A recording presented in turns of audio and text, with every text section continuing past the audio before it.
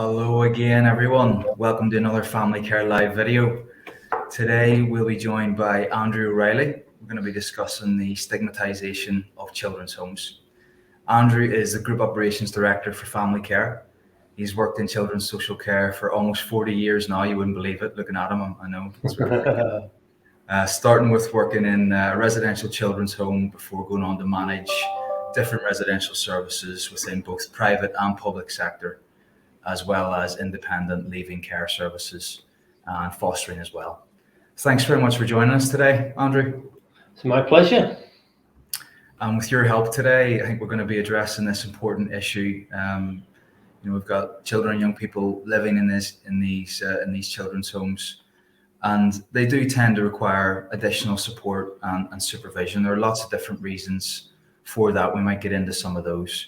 But with this video, we really wanted to raise public awareness of what residential childcare is and the importance of this work and of attracting good staff, and some of the impact of the damaging impact that stereotypes and stigmas of residential childcare can have on young people living in or who have lived in these settings.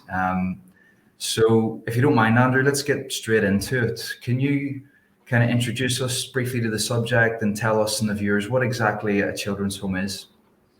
Okay, well, thank you, man. It's really nice to have an opportunity to start this discussion. Really, I think there needs to be more discussions about children's homes, and that is part of the problem. Across Family Care, we're a children's home. Well, across the UK, children's homes, I hope, are warm, friendly, safe places for young people to receive care and guidance and get back on their feet and hopefully back to their families or into foster care and put them on the course for life. And some people can stay in residential care 7 or 8 years. Some people can be there 6 or 7 months. So it just depends on the situation for that young person. Across Family Care, we have 5 children's homes, as you said, 2 outstanding homes and 3 good in all area homes, and caring for a maximum of 4 young people. And I think that's fairly common across the UK, isn't it? Most homes are sort of 3 or 4 bedded. Yeah, I think this is part of the problem when we talk about the stigma across children's homes. If we questioned a cross section of the public, and depending on age, maybe my age and older, if you asked them, what is a children's home? What does it look like? A lot of people would say orphanage. They would say large building. If you're a younger age group, you might say think of Tracy Beaker, or as it's called now, the dumping ground, which makes me cringe, which is another discussion to have about perceptions in social media and in the media in general. So people, I don't think, are educated. Because you look at children in need, or you look generally across media, you don't see a lot of discussions going on about children's homes. You might see discussions about LD services, learning disability services for children, but for children who have had really difficult situations to get through with, and either whose behaviours is difficult as a result of that, or they're traumatised because of their early life experiences. You don't hear that conversation going on. Now, there are reasons for that. You can't take cameras into every children's home in the country. They need their privacy. But there needs to be a better discussion, because we're having issues recruiting staff. Not we, Family Care, but social care are having issues finding staff at the moment. And as you found out when you went to a local school, for a lot of young people, actually, it doesn't occur to them to think of social care as a career. Yeah, there's definitely a stigma there, and a stereotype. I mean, how do you think that stigma has become attached to residential childcare and children's homes? I'm not sure. I really don't know, but there is a lot of angst. When I've opened a few children's homes in my time, and when you start to engage with the neighbours, you get some very reasonable neighbours, but equally, generally, you get more unreasonable neighbours who thinking their road's going to be turned upside down and their property house values are going to go down. I had a lady a number of years ago. I wasn't working for Family Care then. was working for someone else, and we were opening a home that was going to care for 3 young people, and she found it was in quite a nice location, lovely property. And then this lady called me up and said, "Mr. O'Reilly, I believe you're opening a children's home where I live, near where I live." I said, "That's right." So it got out into the press, actually, it released it. And again, the press hadn't been helpful in its coverage. And she said, "Well, this is ridiculous. These children could never aspire to live in a home like that." And now, she doesn't represent everybody, but certainly there's a fear out there. There's a fear of all these children. Again, if you question people in society, they might say, "Oh, well, naughty children go to children's homes," or all they do is run away and steal cars and do drugs. Well, no, that is not the case. And but there's that public perception. I mean, you look at Tracy Beaker, being called the dumping ground. How is that okay? How is that name okay? It's just not okay. And unfortunately, that just stokes up more negative feelings around children's homes. Now, there will be cases across the UK where there have been children's homes that have been mismanaged and neighbours have had issues. I don't doubt that. But the vast majority of children's homes, you won't even know they're down your road. You won't even know they're there.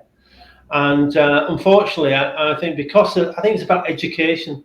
I think this the lack of a discussion across social care about children's homes means that people are not educated, so they've got these old-fashioned perceptions of children's homes. Whereas, you meet the children across our homes, they're engaged, they're lively. There's a young person in the home we have in Oldham. He started a job recently, and he's really just about to step out into the world. And it's great to see that you've made that impact. I was speaking with somebody at Starbucks today, would you believe? I just got my blonde roast latte, and I was putting sugar in near the counter. There was nobody else in Starbucks at the time, and I heard this young lady, probably, 23, say, "Oh, I've got to have a change. I'm so bored of life, same every day." So I said, "Well," I interrupted, said, "Well, I run children's homes. Why don't you work in a children's home?" It's great. "Oh, really? Really? I've never thought of that." And that's the problem. She'd never thought of it. It's not publicised enough. And I think it should, because there is a career to be had. When you look at the flexibility it gives you, working Monday to Friday is not for everybody. 9 till 5, Monday to Friday is not. Actually, I loved it years ago when I got into resi care, and there was a lot of flexibility, and I'd have chunks of time at work and then chunk of time off, and I really enjoyed that. It was quite a shock to the system when I started doing Monday to Friday. So, but the most important thing is when you see the impact that you can make on a young person, and it might not happen straight away. Working in residential care isn't about like decorating a room. You see the results straight away. It takes years of work. Yeah. But then when you see that work paying off, and years later the young people get back in touch, it's so worth it, and it's so fulfilling. So that's why it frustrates me so much when children's homes still carry this negative perspective about them. And we need to fight to change that, because there's so much good that's done across these homes, some very creative work going across children's homes, and we need to support the people now. Now, that's not to say it's easy. I remember when I joined residential care and was working in children's homes. At first, I wondered what on earth I'd done. It was hard, but thanks to the support of the therapist and the staff around me, I got my head around, well, this young person isn't being naughty. They've been on a life journey that's traumatic. They're not being naughty. They're traumatized young people who need our support and will need continuing support into adulthood. So we need to find a way of publicising children's homes and the positives, and getting more staff out there, more people to think, yeah, I want that job, I want that career. Yeah, I mean, I was going to come to this a little bit later on, but is there even a stigma attached to the job, in terms of what people see the job to be? It's not a job where you're very well supported in a role like that, aren't you? There's a team of you, there's, for ourselves, obviously we've got a clear therapeutic model that everyone's working towards. Can you talk a little bit to that, and maybe the idea that people have of what it's like to work in a children's home? Yeah, well, there is. I think if you look at other countries, like Denmark, Holland, Germany, it is considered a career, and you go and get a degree to work in children's homes, and you're supported to do that. And yeah, I suppose the prestige that the job might carry is not there if people are looking for that. It's a caring role, and I know there's a lot of. It's hard to get male care staff often. Um, but as I say, there is a route. You know, I started as a house father, working with children with disabilities in a residential setting, and worked my way up. And so there is a route there. It's not the worst paid job, but it's not the best paid job because society again doesn't put the same value in the work that somebody maybe who works on the stock exchange. Yeah. It doesn't have the same value, so therefore, you know, the fees Although they were you able to don't charge get are any. not what they could be to invest in staff in that way. But I certainly think family care do invest in their team. We try and invest in people so they can find that way up the ladder. Yeah, and you don't get the same rewards as you do working in the stock market. The different rewards, I'll grant you that. Yeah, But financial. financial rewards, yeah. But But I think but as you yeah, mentioned, it's not the rewards of going to bed at night thinking, no, God, I made a real difference with that young person.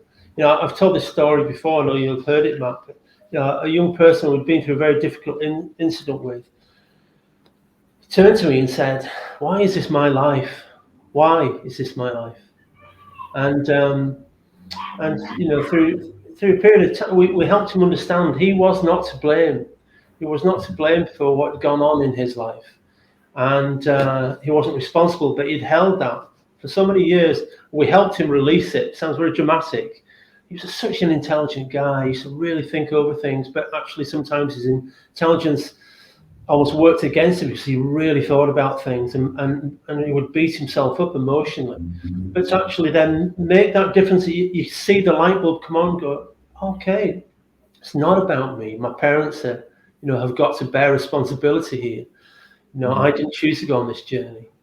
And when you can help that light bulb come on for a young person, there's no better feeling, Matt. There really isn't. so talking about the stigma and the stigmatization of children's homes, how do you think that impacts the children and young people living there, or maybe the people who have lived there? Well, negatively, as I said, about half. I think I looked at some research, and half of all those children living in residential care feel stigmatized. We know that you know young people attending mainstream education, not always, but sometimes struggle with the attitudes of the staff because straight away you're wearing this big label of trouble. Oh, he's in a children's home, or she's in a children's home. Oh, we better watch out. And treated differently. You know, children have reviews and all sorts of meetings. Meetings living in care that children in mainstream education living with their families don't have. So yeah, it impacts on you. I would guess is that there's young people now who have been in care who don't talk about being in care because they're worried about the perception of it. Yeah. So they'll hide that. They should be proud of it in many ways. You know, that they've got through that and they've achieved that part of their life and they've achieved, but they will probably hide that away. So it's. I think you'd need to speak with a care experienced person about that. In fact, let's see if we can do that. Somebody who's left family care's care, who's 18 now, and might want to engage in that sort of discussion.